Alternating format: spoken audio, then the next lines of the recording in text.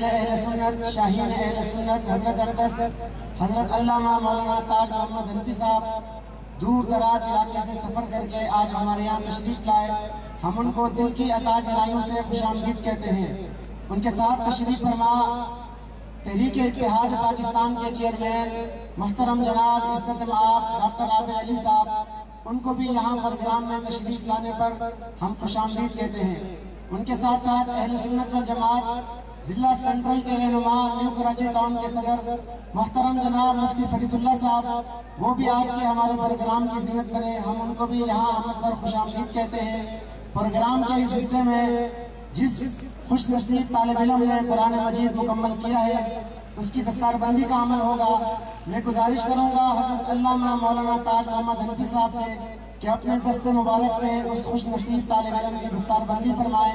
हमारे इलाके के ये खुश नसीब तालिब इल्म है हाफिज मोहम्मद हसन अली, वो आए और मौलाना ताज मोहम्मद हनफी साहब और दीगर रुफका के हाथों अपनी दस्तारबंदी करें।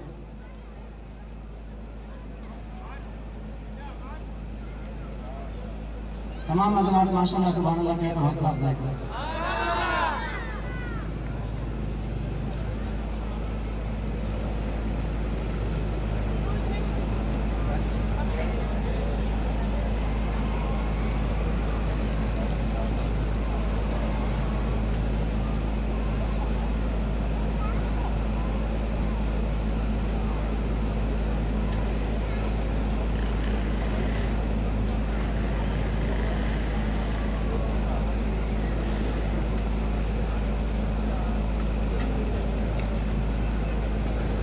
माशाअल्लाह बहुत ही खुशकिस्मती है इस तालिब इल्म की, इसने कुरान मजीद मुकम्मल किया और आज के इस खूबसूरत प्रोग्राम में इनकी दस्तारबंदी की गई।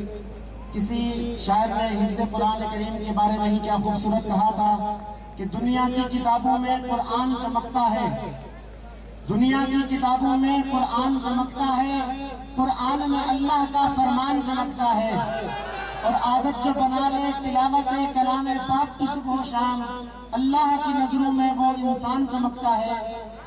प्रोग्राम के इस हिस्से में मैं दावत खिताब देने जा रहा हूँ।